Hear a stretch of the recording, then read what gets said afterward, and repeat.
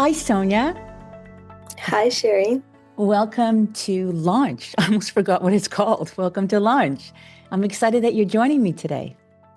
Yes, I'm excited to be here. Thank you for having me. Oh, it's a pleasure. You know, you're my second young adult guest who is graciously agreed to share your perspective and offer your advice to help parents understand what it feels like to be on the other side of that relationship. So thank you. Of course, I'm glad. Today, we're going to be talking about how parents connect and communicate um, so that their young adult feels heard. Hmm.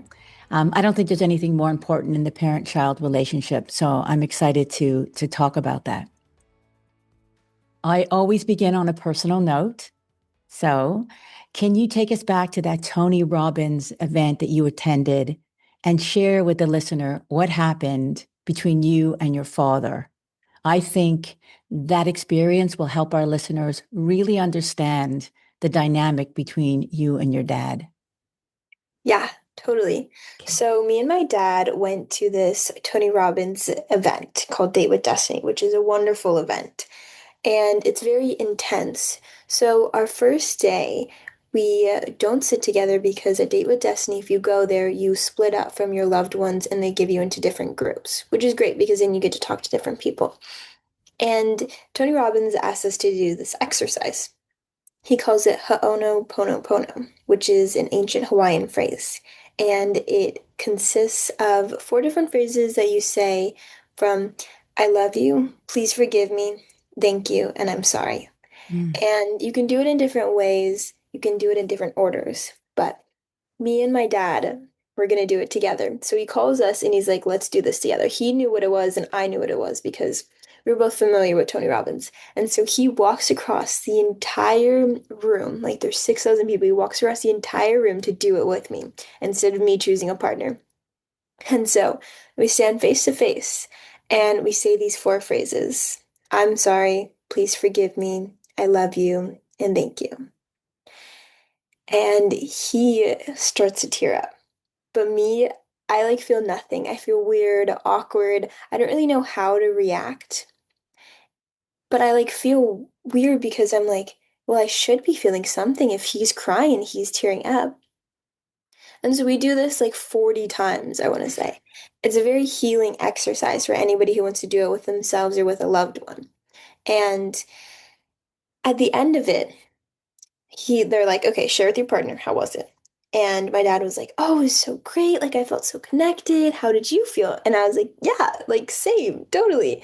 Saying that because I didn't want him to feel bad or anything, right? Because I like truly care. But I also didn't know how I felt.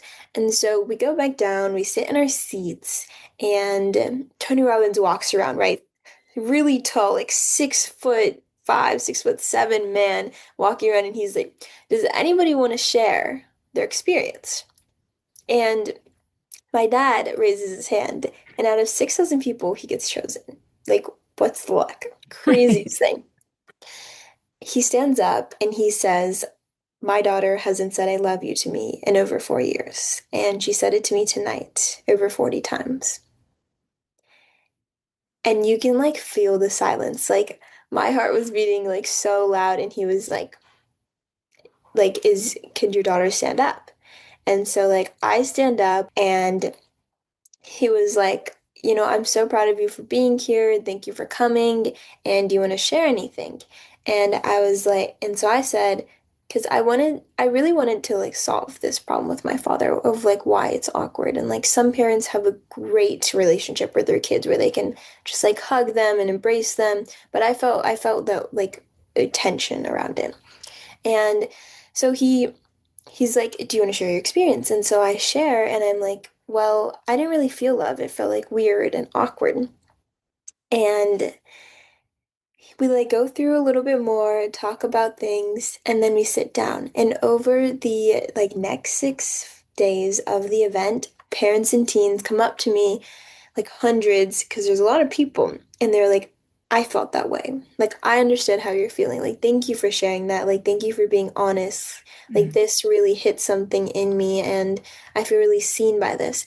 And it really, like, helped me find out that this is such a big problem. Like, people really struggle to connect with their parents or struggle to connect with their teens. And it wasn't just me. Like, I wasn't alone. Like, my family wasn't alone. And so that was my experience. Hmm. What was the pivotal turning point between you and your father? Are you okay now? Like, have you come through that? Yes. Okay. As I mean, one of my things that I really think is like there's always growth, right? But I do think that we have a really strong relationship now, especially, and the pivotal turning point was probably when I became financially independent. I got a job and I was able to live somewhere else where I had that like distance. And the distance made me closer because I felt like I had more control on my side of I got to decide when I wanted to hang out with them and it made me want to hang out with them more. And so like now like I can see this like really like played out even more so in the future of like wanting to like text them or like call them and hang out with them more. And it's more meaningful too, right? Because it's you are also creating that intention. You're not just like waking up and you see your parents in the kitchen, but it's like you call them up and be like, "Hey, I'd love to like have dinner with you." And then you Hmm. really like value that time so much more. So you're saying that when you were living with them, you didn't feel that sense of autonomy? No, not as much. And I do think my parents tried to give it to me, but there is this like switch. Once you're on your own, you have this crazy amount of control, but also responsibility that kind of like whips you into shape in a way of like, oh, like I really need to like take care of myself and handle myself. And like parents love to take care of their kid. And that makes total sense. But also sometimes it can be suffocating for the kid, and sometimes it's like hard for the kid to figure out that they need to do work on their own. Yeah. And I had so much reliance on my family from that point of view. And so once I like was out on my own, it was much more freeing because I had to figure things out. But I also had the freedom to try a bunch of different things. Hmm. So I want to understand, what was your relationship like with your parents? I mean, you're saying it has changed from when you were living to when you moved out. But what was it? So it's better now that you're on your own. Hmm. What was it like when you were living there? Everything you just said, feeling suffocated? Yeah, I think I felt trapped, like I Okay. was in a cage. Okay. And I also, something that has really stuck with me, especially like when I moved out, like this is the thing that really clicked in me the first couple months back then, was I expected my parents to be perfect. I Mm. expected them, like, when you're younger, like you think of your parents as superheroes. They're the like two biggest influences in your life, and they act like they're perfect in many different ways because they have things figured out, right? And so I thought they were going to be perfect, and I wasn't able to find the understanding that they are also learning and they're also Mm. experiencing life for the first time.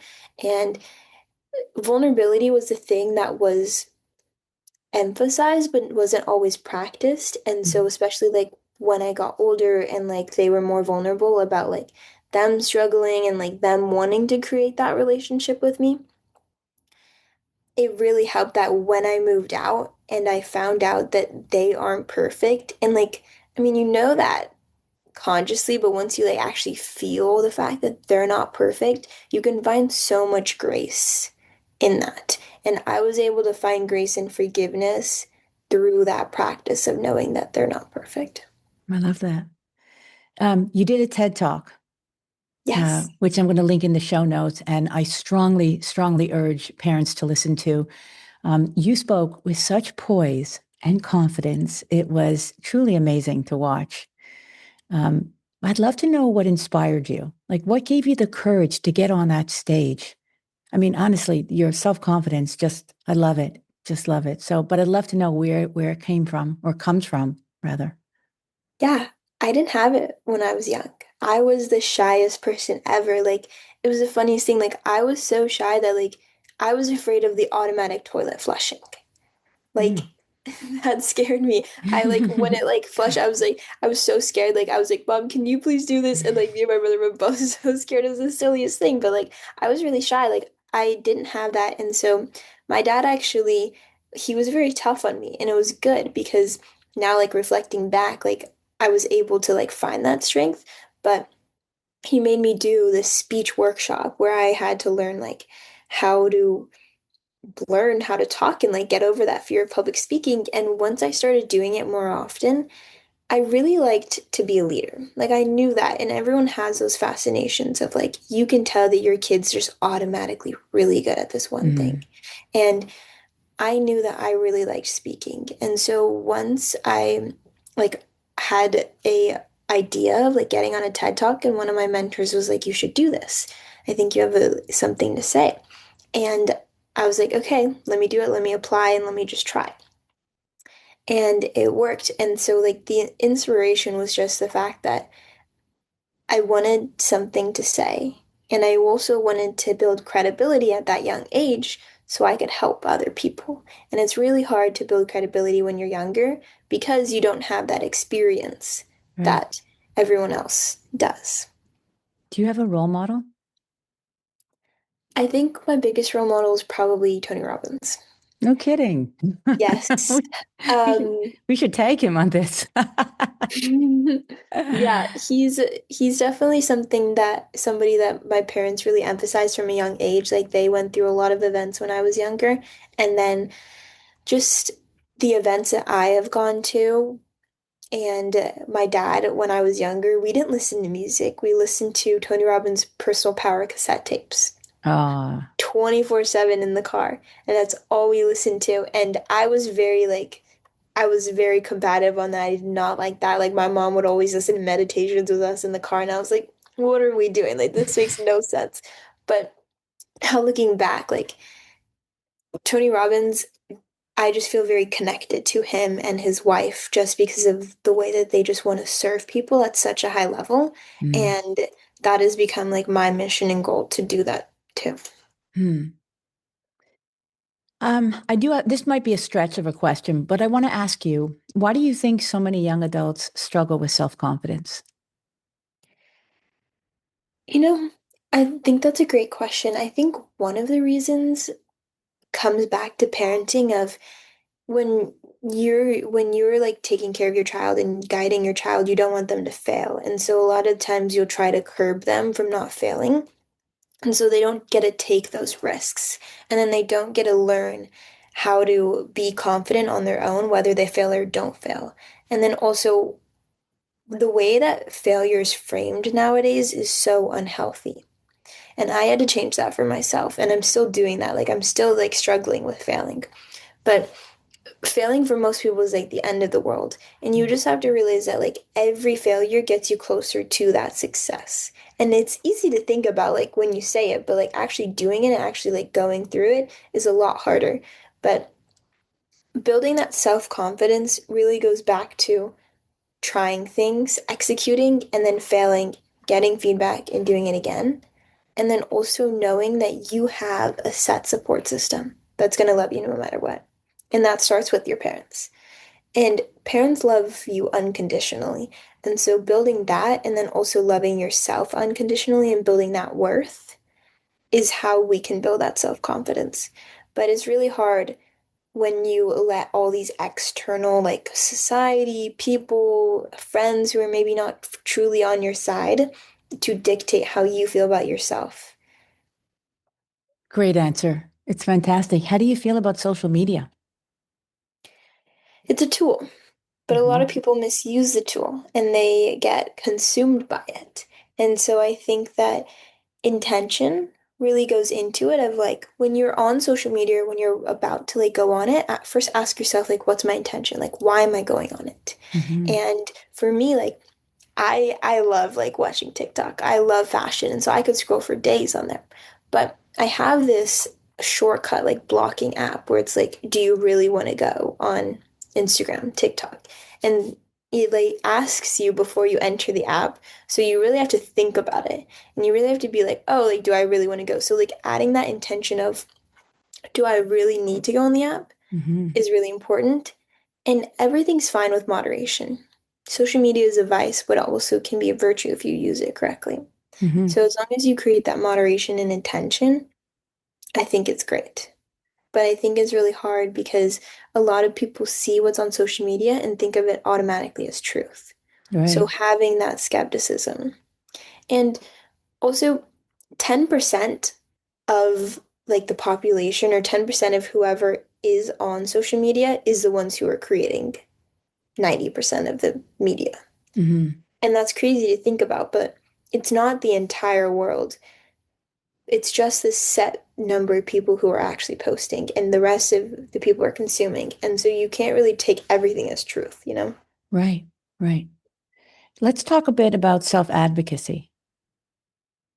Tell me, because when we spoke earlier, you brought it up, and I want to know, how did you begin building that skill in your own life? Yeah, so self-advocacy meaning like just speaking up for yourself, would you say? Mm-hmm. Mm-hmm. Totally. I think it's super important. And it kind of goes into like asking for help. A lot of people don't want to ask for help because it makes them like think that they're vulnerable and Mm-hmm. vulnerability is weak. But when you like advocate for yourself and you know like who you are and what you need, then it's so healthy because then people can show up for you in the right way, especially the people that love you.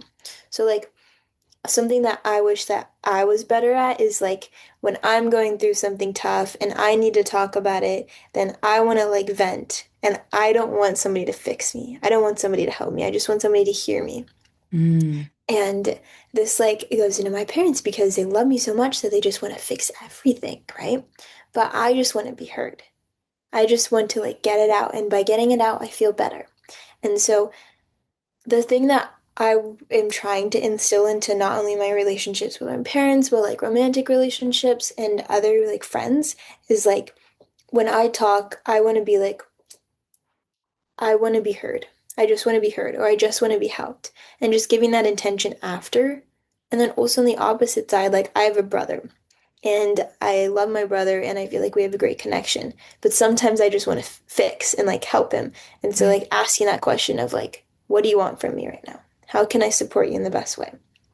You're referring to the And three H's. So let's tell yes. let's tell the listener what those are, because those are very powerful. It's a tool for offering support to distressed loved ones. So please tell the listener what those three H's are. Yes, it's such a great question. So whenever you're venting or whenever somebody's venting to you or talking to you, you should ask them, do you want to be heard, helped, or held? Do you want to be heard? Do you just want them to listen to you? Or do you just want to be listened to? Do you want to be helped? Do you want help?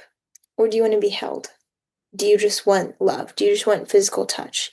And asking these three just like main questions instills that like, okay, what is the intention around this? And then Mm. how can you show up best? Because when you can show up best for the other person, then you're going to both feel loved.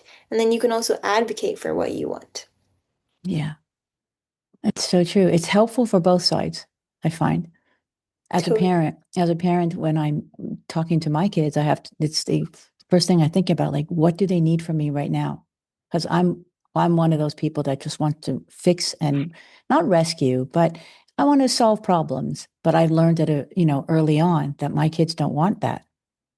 They don't want me to fix everything. So now I've learned to be really good at listening, but even asking in advance the three H's is just a beautiful technique for parents. And that's what this podcast is all about, giving parents, Mhm. practical tips. Um, you also identified three key tips for how young people would like to be approached that would really help to improve communication. So the first one was respect first. The second is questions over commands. Mm, And the third one is collaboration over control.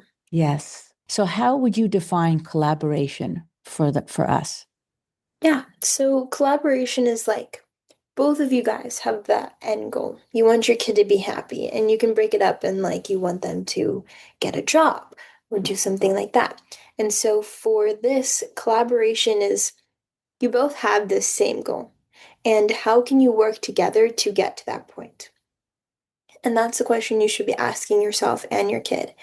And a really good way of doing this that I have done with my parents when I was back and living at the house, we did this for a couple weeks and it was really good, is doing a weekly check-in. So you choose one day of the week, right? And it could be at dinner time. It's really easy to like stack it on to something that you guys already do together. So you go and you sit down and you're like, what is working well? And you talk to every single person at the table, right? So it's like, Dad, you did really good with supporting me. Thank you, Mom, for the flowers that you bought me. And then thanks for my brother for just like making me laugh. And then it's like, what can we work on? Is there anything collective we can work on? Is there anything that I'm struggling with? And like my mom can be like, well, I'm doing a lot of dishes right now, and I feel like I want some more support on that. And so then we all collectively collaborate together and we're like, what can we do to help? And it's really good to like start off with what's working well, right? Because you want to give them compliments. I mean, your family, you love them and they're doing so many good things for them. So starting off with the wins is so important. And then how you can improve. And then you can take up like past news, like old things that you like attempted to solve to just make sure that they're still working, right? So let's say like last week, Dad's like, nobody's helping me fix the car and I feel really like just boggled down. And so we can be like, do you feel like you have the support now that like my brother's helping and like I've taken over and done some cooking, things like that. So then you can really ensure that you guys are all collaboratively working together, but then it's that respect piece of like both of you guys are working together. It's not just one or the other coming up with the ideas, but you like respect each other to validate both sides. And then also the questions piece of asking the questions. I mean, you know that your kids are very smart. And so asking those questions so they can come to the solution is so important. But Mhm. also, like, that instills the questions in your kids where they can ask it to you. And questions are so powerful. They're more powerful than telling what to do because then you're coming to your own conclusion. And it's Mhm. stronger when you say it instead of when somebody else tells you what to do. Mhm. And let's talk for a minute about control. What does that feel like for a young person to not have control because their parents are so insistent on the control? Yeah. So control for a young person feels very trapping. It feels like I am not trusted to do whatever I want to do. Hmm. And it's hard because you know that your parents are doing it out of love. And that's something that I like found. Like I knew their intention was wonderful. And that's something that like a kid has to build to, right? Even like an adult, like they still have to like learn like they're doing it out of good intention. But it still feels trapping. And Hmm. it's hard because you feel powerless. And then when you feel powerless, you don't want to do anything. And Mm. you don't also want to listen to what they're saying because then it's like they win instead of you doing it out of your own accord. And it's very important, especially for people ages 10 to 25. David Yeager has this wonderful book called 10 to 25. And he says this really key thing that stuck with me of people from this age want status and respect and autonomy. And so, if you're not cultivating that in the environment that you're in, then it's really hard for the kid or adult to do anything.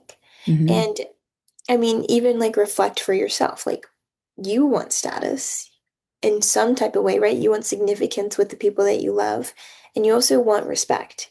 And I'm not saying that the kid or the adult child should only give the respect, but it really has to go both ways. And when you're the example, when you're the biggest influence, then you can help create that where your kid will also respect you. But since you're the stronger one and you're the authority figure, you, by being the example, will make it so much stronger for them. Hmm. What do you do to stay so centered when you're if you're feeling stressed and or anxious? What do you do? Do you have any tricks in your bag that you can share with parents who can share with their young adults what happens when things just get a little out of hand and overwhelming? Because you have a very calm demeanor about you, and I could feel it even though we're virtual. I just can feel this calmness. So what do you do when things get a little nutty? Yeah. I mean, going to my support system is definitely number one and talking to them, and also having different routines where you can feel grounded. And everyone has their own routines. It could be like breathing, it could Hmm. be meditating, it could be as simple as going on a walk. Or in the morning, something that I do to really create that self-love, because it's a continuous journey, is like I will look at myself in the mirror and ask, like, how can I show up for myself today? And it's a wildly intimate thing to do. And like sometimes you'll find yourself tearing up because it's like easy to like write and journal for some people. But when you actually are looking at yourself and looking into your own eyes, like you're the person you have for the rest of your life. You're the Hmm. only person in the entire world that you're going to be with for the rest of your life. And that's so crazy to think, but it's so true. And so being able to show up for yourself as number one is so grounding because it'll stay with you for the rest of the day. And I would say the last thing that I do is I have a phrase. One phrase that continuously keeps me grounded when things are tough. And then I have an anchor. So for me, like my phrase is the universe is conspiring in my success. And then I like clench my fist, clench my right fist. And by continuously doing that over the day, it's really helpful because it's like, oh, well, you just got caught up in traffic. It's okay. The universe is conspiring in my success. It's okay. It's going to be fine. Like, and this could be like, God is with me. This could be like, people love me. It could be anything that you just know is inherently true. And you can just find yourself coming back to that. Mm. And then also doing that physical anchor is so good because then when you just clench your fist, you can feel the energy go through your body. You can feel it. And you don't always have to say it, but you can feel it. And it's so powerful because you're showing up for yourself and you're also reframing your thoughts in a positive way. That's unbelievable advice. I don't think it's for kids. I think it's for everybody. I love Hmm. it. You know, it's funny. You mentioned something. You said you were talking to yourself in the mirror as if you were separate to yourself. You only have yourself in this life, but you said it as if there's like you and yourself. There was this separation. It was like you. Do you understand what I'm saying? There was a not. Hmm. You weren't. And that's a very important distinction for everyone to understand because when you're feeling anxious, you can the your centered self, your core self can actually have a conversation with your anxious self and say like you're okay. It's that there's it's not just even a duality. I learned this many years ago from this author, Shakti Gawain, and Hmm. she said that we all have sub personalities where as opposed to multiple personality disorder or fractured schizophrenia, whatever, they have their subpersonalities but they're not connected, like when you go from one sub to another you disassociate. But Hmm. we all have subpersonalities. Every time we develop a new part of ourselves, we develop that subpersonality. And so we have to, if we can honor them, because some of our subpersonalities are positive and some are negative, but there's the core self. And I feel like you kind of addressed it when you're looking in the mirror and you're saying, we got this, because it's almost like you're addressing your core self, or your core self is addressing that other part of you that's got to go throughout the day. So it's just something that I remembered, and you made me think about how strong that is when you don't see yourself as all of your identities, but something separate. So when you feel not so strong, you can nurture that part of you that's having a rough day or that needs to be grounded. And so, yeah, sort of going off on a tangent, but it just reminded me of these subpersonalities and how identifying with your core self or with the parts of yourself that might be struggling is very powerful. I want to know your perspective on boundaries because parents really, really struggle to set and uphold them, or maybe either the young adult has trouble and they push back because of how the parents are trying to uphold them. So, what's your take on boundaries? And I know you're not living at home anymore, but most of our listeners, their children, young adults are at home. So Hmm. there's definitely a need for boundaries, but I want parents to understand there's a distinction between a rule and a boundary. And as long as your children, adult children, understand that, but they don't often know even how to express it. So, on the other side of things, tell me what it's like for you. Do you feel that it's important for parents to express what their boundaries are? And as well, for you to have your boundaries respected and expressed? Yeah, I think it's so important. And I think it's collaboration, right? You Mm-hmm. have rules and you have boundaries. And for boundaries, it's so good to come together and be like, I want you to be happy and I want you to be successful and living the best life that you can. And I also want to be able to take care of myself and make sure that I'm grounded as a parent so I can show up for you and for my significant other. And these are how, and these are expressed through boundaries of like, if you're at home, for my family, it's expected that we like do chores and we help out and we make sure that our room is clean, things like that. And so, like, writing out a list of boundaries for yourself, for you as the parent, and then also encouraging the kid to do it too. Of like, the kid's like, I feel respected when you knock at the door. Mm-hmm. So, this is going to be one of my boundaries. And then the parent's like, I would feel appreciative if you did your own dishes. Mm-hmm. And that's something that, like, my family, like, we do our own dishes. And then it's like, a big thing that like my mom like really likes is like if like we like talk to her like after dinner, we're like, is there anything else I can do to help you after like we put our dishes away? And that can be a boundary of like, I'd like if you talk to me and ask if there's anything that you can do to support. And then the kid could be like, it feels constraining when you tell me what to do. And when you tell me I have to do it right now. And so I'd like if you want me to take out the trash to give me a day in advance or a couple hours in advance or a couple hours of grace so I can manage my time on my own, but I Mm-hmm. can still serve you in the way that you want me to. And so it's like doing it together of like, this is something that I have, this is something that I have, and then you just keep collaborating back and forth and iterating upon it. Mm-hmm. And then that's like something good in the weekly check-in if you wanted to incorporate that of like, do you feel like your boundaries are being upheld? Is there any more that you want to add, or is there any that you feel like you want to take away? Mm-hmm. And if you feel like each other's boundaries are constantly being broken, then displaying it somewhere so people are constantly aware of the boundaries is so important. Mm-hmm. And then also being like signing off on each other's boundaries. It's like my roommates and I have a household agreement where we signed off and said, like, these are the things that we're going to do. We're going to do our own dishes, we're going to put them away. And if anything comes up, we're going to talk about it transparently so it doesn't build up into an issue. And that's Mm-hmm. like the biggest thing that is most important to me because I don't ever want it to be like something where like somebody's resenting somebody else because they just don't know what's going on.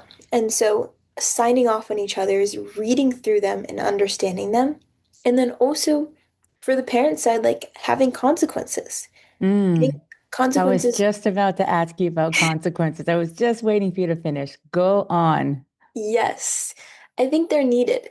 And as a kid, like you can, I mean, you can understand of like my brother, he sped in the car, and my parents had a boundary of like, you're not allowed to speed in the car. And if you do, then you're going to lose your phone for the entire month. Mm-hmm. And so he sped, and my parents were like, well, you did this, and this resulted in this, and we communicated before telling you about this. And so this is a consequence. And it was easier for my brother to grasp that because he knew the Mm-hmm. consequence in advance. And so even if you just talk about it, you need to write it down in like a family group chat or something so you can go back and cite upon it. And Mm-hmm. that's super important. And it should be something where it's like not an incredibly like living document where you could edit it, but like in our family group chat, we had like a text message of like, this is what happened. And so he could go back and see that they previously agreed upon it. Mm-hmm. So, like, consequences are so important, but they should be agreed upon. It's like, well, if you don't do your dishes, then you're gonna have to pay me this month's of rent. And this makes sense because like if you were staying somewhere else, then of this, but like what do you think about it? And then the Hmm. kid could be like, I understand, but I'm really busy with doing my job and stuff. And so then the parent can go back and then they can just collaborate back and forth. Hmm. And like you can consult a like unbiased figure. Hmm. You can consult somebody else, or you can consult AI of like I want to make this work. And so Hmm. like AI, like you can think of it as just like an unbiased machine Hmm. that can understand your emotions but doesn't have any emotions. Hmm. And so like you could be like, I'm struggling with this certain boundary. And so then you guys talk to it together and be like, this is what my adult child says. This is what I say. And then put it together, and the AI will be like, okay, well, it'll give you different questions, and then it'll try to come up with a response. And you can continuously ask it for hours if you wanted. Hmm. But it's really helpful to like write it out, get it down somewhere, and Yeah. then continuously uphold it and cite it, especially during your weekly check-ins or however you communicate. Hmm. It's fantastic. I mean, I have a living together guide that I created for families who have trouble with all of Mm, this: responsibilities, expectations, routine, structure, uh, consequences, boundaries, all of that. And it's interesting because you're saying that you do that as a group chat, which I think is fantastic once you get it down on paper. mm-hmm, And also for the young adults that are too obsessed with their cell phone usage and screen time, it's a way for the parents to come to the table and collaborate and create that document, and then you can iterate again and again. Once you don't have to like live and die by an agreement, but it's also a good way for a young adult to go, okay, this is an agreement and I signed it and I have to uphold it because agreements are a part of life, so you might as well try it at home. yeah. And the ability to negotiate is very powerful because you have a voice. In fact, consequences are very empowering when you say to the young adult, you decide your consequences. I'm not going to tell Mm-hmm. you what I'm going to take away. And that's something I did when my kids were small. If I had to kind of punish them, I knew, first of all, I needed to calm down. So it was almost a good opportunity for me to leave the room because I didn't want to say the wrong thing or punish in a way that I couldn't uphold it. So I would say, okay, I'm going to take a breath and you're going to tell me what you think the punishment. And I would come back and my kid would have like a harsher punishment than I was going to do. But I think the same thing can be said about consequences, because now Mm-hmm. you're saying to that young adult, listen, this is the boundary. There will be no speeding. What do you think we should do if you, should you do that? Should you go against the boundary or whatever, call it a house rule? What would the consequences be? Yeah. Anytime you can empower your young adult to make those decisions, express their boundaries, what are the consequences? It's very, very, very powerful because And that's when you start feeling like an adult in your own home.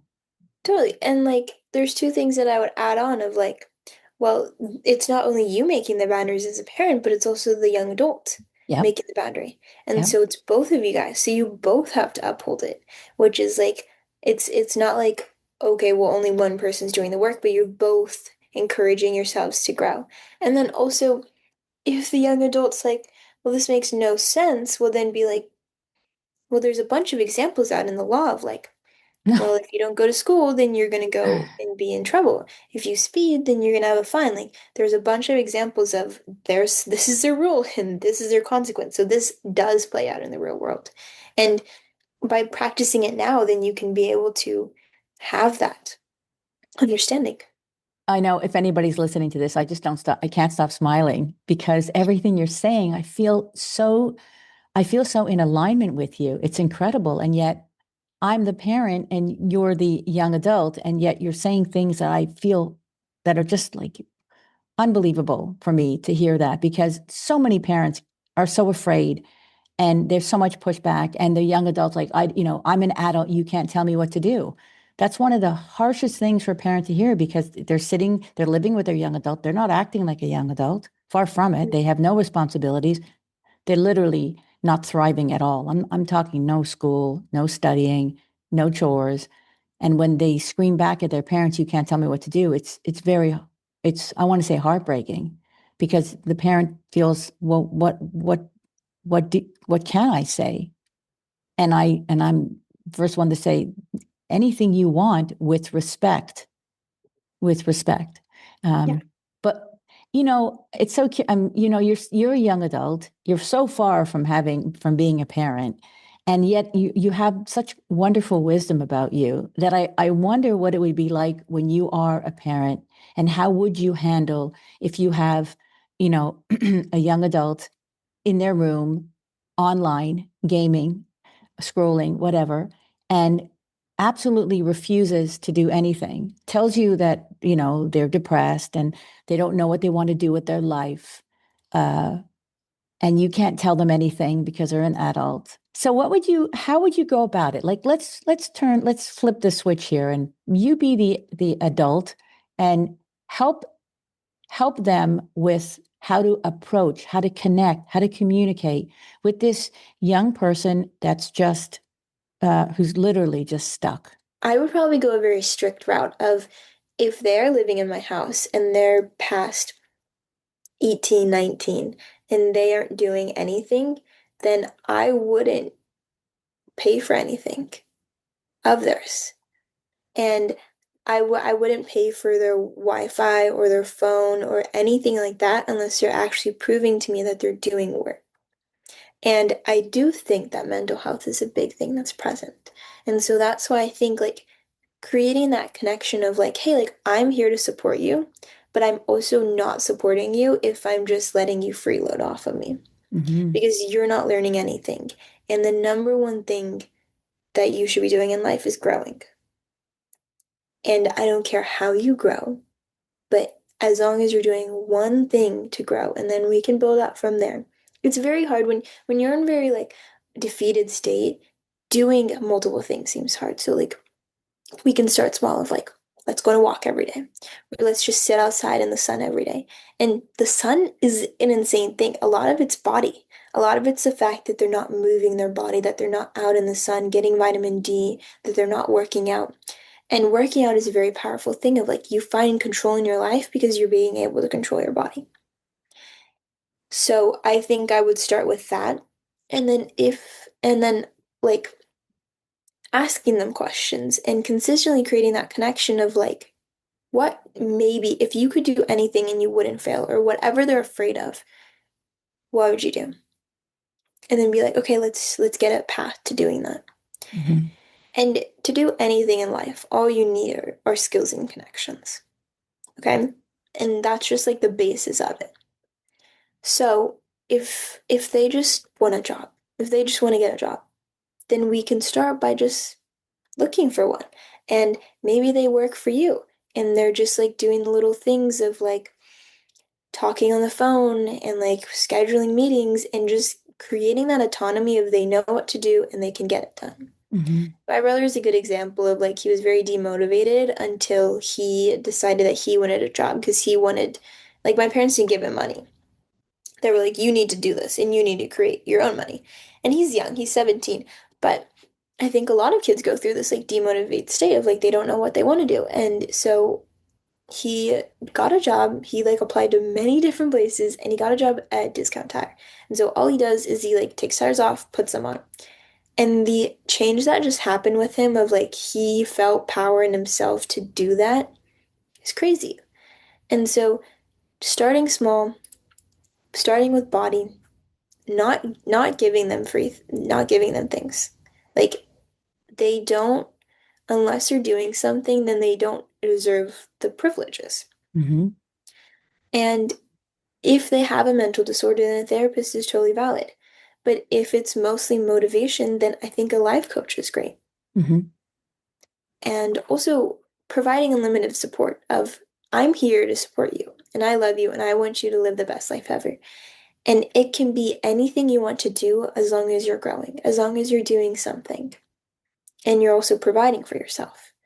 And I'm not saying you have to provide for yourself right now, but I want to get to you to that point. And I think that's incredibly valuable. And the only thing, like, of course, you're going to pay for where they're like staying and you're going to pay for their food, but like, I wouldn't pay for their phone. I wouldn't do any of that. And if they really like wanted like to contact their friends, then I'd be like, write letters because teens need discipline. Everyone needs discipline. And you have to create that discipline somehow. And you also need to create that hunger. If they Hmm. don't have that hunger to do something else, if they're not going to change unless there's enough pain to make them change or there's enough pleasure in the next reward. And so you need to figure out how to create that. And pain is twice as likely to make somebody change than pleasure. I feel like I don't have to say anything. I mean, I have years of psychology, and you're just pulling this out. Have you studied psychology, human behavior? Like, or is this just so intuitive for you? A little bit. Tony Robbins events definitely has taught me a lot, but Okay. I mean, a lot of it is intuitive and also me just trying to figure it out for people I love and also myself and also my parents. Like, I tried to give my parents feedback and like tried to like help them and teach them. And some of the times it didn't work so well, and some of the times it did. And it's just like practice. We're getting close to the end, but I do want to talk about a couple more things. Modeling, because we talked about it, and I'm a big fan of it, and you seem to believe in the importance of modeling, because communication, which is, our underlying topic here, but modeling is a non-verbal form of communication. So, um, if you can share a little bit about what you think, how important modeling is, especially when it comes to emotional regulation, or how your parents communicate with one another. What's your opinion on the importance of modeling? I think it's one of the most important things. Like what I was saying earlier of like you're the two biggest influences in your kid's life. Like you as a parent are a huge influence in your kid's life, and they're learning traits from you. Subconsciously or consciously, like they're learning traits from you, and you can see it. Like you can even see like reflecting of like, what did my parents do that I feel like I do now? And you'll probably come up with at least something. And Hmm. it's like it's just so ingrained to like have those traits. So you as a parent have a really hard job of everything you do is on constant display. You can't just be like, do as I say and not as I do. You Right. actually have to do the things that you want your kid to embody, which is like being vulnerable, being disciplined, like going to work, being excited about it, having a good attitude, and then going home, cooking dinner, and then rewarding yourself like with like, I don't know, watching TV or whatever. But Hmm. if you find yourself doing the certain patterns that you don't want your kids to be doing and you're trying to get them to stop doing it, it's really hard to expect that from your child if you're doing it. Right. And that's just unreasonable and also won't work because they're consciously learning from you. They're learning from you every second of the day. Hmm. And it's even in how you speak. If like you're saying like you should do this, you're not doing good at this, then either they're going to speak to you like that or they're Hmm. going to speak to their friends like that. Yeah. And I mean, it's the silliest thing, but it kind of goes back to the golden rule of treat people how you want to be treated. It's But not it's silly at also all. That is not silly at all. and Um, um, sorry, go ahead. it's just like do be the person that you want your child to be. Hmm. And my parents always say this of like, I want you to be even better than me. And so that Yeah. means that they're on their best behavior at all Yeah. times. Yeah. Emotional regulation. You have something to say about it? I think emotional regulation is super important and it goes back to the modeling of if you can't regulate your own emotions, then expecting them to know how to do that is unreasonable. And Hmm. also, if you can regulate your emotions, teaching your child those like skills of emotional intelligence and just helping them be aware of them, right? Because awareness is the number one thing to do anything, to change anything is like, okay. And also make the decision based on yourself. Don't be like, well, okay, I see you're mad right now. Be aware that you're mad. No, be like, I'm over here and I had a funny situation at work and somebody cut me off when I was talking in the meeting and I got frustrated. And I was aware of it. And normally I would have like yelled at them or been passive aggressive to them. But today I decided to do something different, and this started with awareness. And just telling them stories about you creates that connection, Hmm. shows that you're vulnerable with them. And also, you're teaching them those stories, but also not telling them. They're learning themselves based on what you're doing. They're like decoding it. It's such a great trick. Yeah. You're giving away good tricks, my dear. Um, okay, before we wrap up, can you tell the listener about your company and what you do? Yeah. So my company is called Cloud9, Hmm. and we teach teenagers life skills. So these are high schoolers right now, and I really want to expand to teenagers who are older adults. And we provide them with life skills, a community, and then also real opportunities so they can execute. And if this sounds interesting and you have a teen that's in that age range or you know somebody, I would love the referral. I would love to help them because my biggest goal is to help these teens have these life skills to give them a edge up on life, to create a fulfilled and successful life, but also have a community that they can fall back on and a support system.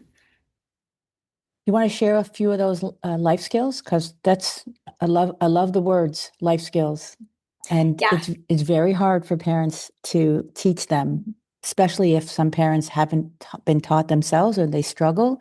So I'm so glad that you're doing this. But what are the life skills that you think that teens really do need to learn that are not being taught at home for no Yeah. fault of the parents, but just, you know? And these life skills are for anyone, but we're Hmm. teaching teens because it's just like the best age range to teach. But anyone should have these life skills of emotional intelligence would be number one, right? Regulate your emotions, know who you are, know what happens when certain things happen and what emotions or patterns that you fall into. And then the second one is leadership. Hmm. How can you not only lead yourself, but lead others? And then the last one is entrepreneurship skills. So this goes into financial literacy, public speaking, all those things that you would expect the best entrepreneur in the world to have. But we're going to give it to kids who even want to be actors. Because speaking up for yourself, talking to others, having that financial literacy spans across any career. And Hmm. it's just important for anybody in their life to like know these things. I'll definitely put your contact information in the show notes because I think it's fantastic what you do. I really do. Yes. Last question. Oh, no, there's actually no one more question. I always like to leave on a positive note. So, what message do you have for parents who are struggling to connect and communicate with their young adults? Yeah, I think by listening to this podcast, you're already on step one. Hmm. You're wanting to learn. And that's the best thing of like having that growth mindset and consistently learning and then also executing. There's so many things that we shared in here. We talked about so many things, but if you can call upon just one thing that you can commit to do for 90 days or even for a week, then you've succeeded. Like Hmm. you're doing so good. And if you can just call upon one thing, that shows so much effort. Last question. Want to share with the listener how old you are? Yes, so I just turned 19 years old. Wow. I mean, obviously, I know that, but it's still, when I just spent an hour talking with you, I would love to give you a hug. Sonia, thank you so much for joining me today. It's been such a pleasure. You don't know. You don't know the joy this brings to my heart. And you're right. We brought up a lot of important topics and provided parents with so much insight. So I'm going to leave your cloud9.com, you said, right? Yes, And your TED Talk in the show notes. cloud9go.com. Cloud9 Go. Okay. I'll put that in the show notes and your TED Talk. And hopefully, parents will, I mean, I encourage parents to listen and reach out to you and share. I think even this episode will be very good for young adults to listen to. So, thank you so much. You are welcome back anytime. And it's been such a pleasure and an honor. Thank you. I enjoyed this. I hope today's episode gave you valuable insights and actionable steps that will help you guide your young adult to launch successfully into adulthood. If you found this topic helpful, feel free to leave a comment and hit the subscribe button so you never miss an episode. Leaving a 5-star review helps us reach more parents who are dealing with the same issues. And if there's something you want to ask me, I invite you to join Launch Advice, my weekly publication where I answer one question from parents just like you. It's free advice that will appear in your inbox probably when you need it the most. Just click Launch Advice in the show notes and don't forget to email me your confidential question. And remember, no one ever said parenting is easy, especially when you're raising an adult. Talk to you soon.